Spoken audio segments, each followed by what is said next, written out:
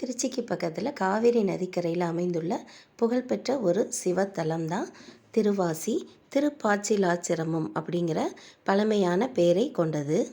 திருஞான சம்பந்தர் சுந்தரரால் பாடல் பெற்ற ஸ்தலம். துணி வளர் திங்கள் என்ற பதிகத்தை 48 நாள் தொடர்ந்து பாடி நம்முடைய நோயை நம்ம தீர்த்துக்கலாம். இது மட்டும் இல்லாமல் திருமண தடை புத்திர பேருக்கும் இங்கே பூஜைகள் நடக்குது. கோயில் முன் மண்டபத்தில் உள்ள ஒரு தூணில் சிறிய 4 தூண்கள் போல் அமைப்புக்கு நடுவில் உருண்டையான ஒரு கல் இருக்குது. இதை நம்ம கையால் எடுக்கலாம், ஆனால் வெளியில் எடுக்க முடியாது. இதை எப்படி செஞ்சுருப்பாங்க? இத்தலத்தின் தாயார் ஸ்ரீ பாலாம்பிகா. அவங்களுக்கு முன்னால் அன்னமாம் பொய்கை அப்படிங்கிற ஒரு திருக்குளம் இருக்குது. அக்குளத்து நீரை எடுத்து தான் அன்னைக்கு அபிஷேகம் செய்வாங்களாம்.